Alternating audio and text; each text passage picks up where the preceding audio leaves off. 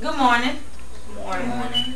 I'm about to tell you a story about a young man who felt like he was down and out and couldn't see his way through the dark cloud that was in his midst. This young man spent most of his life, quote unquote, hanging out. In high school, he didn't want to stay there because he thought that it was boring, and so he dropped out. And besides, he wasn't learning anything, so why should he stay? Years have passed, and he's still, quote unquote, hanging out. Until one day, his girlfriend, who he plans to marry one day, tells him that she's pregnant. And like a Mack truck hitting a U-go, BAM! Reality hits. He realizes that he really needs to grow up and that hanging out will not buy diapers. So he begins to look for a job, but nobody wants to hire him because he didn't graduate high school. So what's a brother to do? He can't go back to high school. He's too old. Then one day, he sees a flyer about a pre-GED class at the school near his house. He immediately signs up. When he walks into the room, the first person he sees is his teacher. At first, he feels a little fear because his teacher is Joyce Cook. And he's heard many things from other students who've had her class. Things like, Miss Cook, she don't play. She will check you quick. But when she looks up from what she's doing, she smiles and she greets him. He realizes that he's in the right place. Her countenance says, I'll see you through. Today, I would like you to join me in paying tribute to MotherJoyce Cook for her dedication and hard work and for her love of young people. Joyce Cook is a woman of integrity. At my church, we lovingly refer her as MotherJoyce.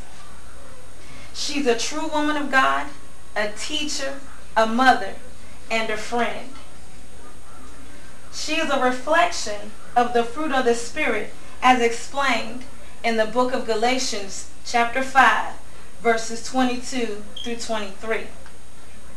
It states, "But the fruit of the Spirit is love, joy, peace, patience, kindness, goodness, faithfulness, gentleness, and self-control. Against such there is no law." I consider her to be dedicated and hardworking because she has a full-time job, she has a part-time job teaching a pre-GED class twice a week, and she volunteers at church. Sometimes it seems like she's being stretched thin, and the Lord gives her the strength she needs to go further. She's grateful for what she has, and she never focuses on what she doesn't have. And she tries to see how it is that she can help somebody else.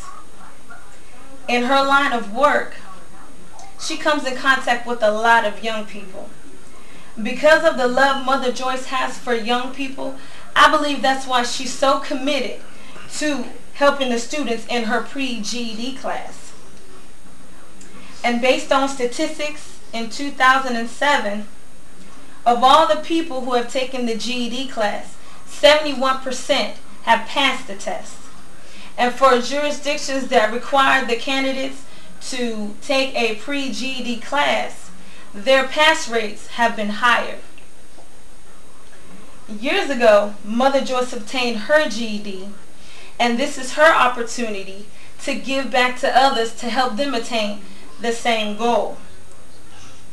It's living examples like her that make you want to run on and see what the end is going to be.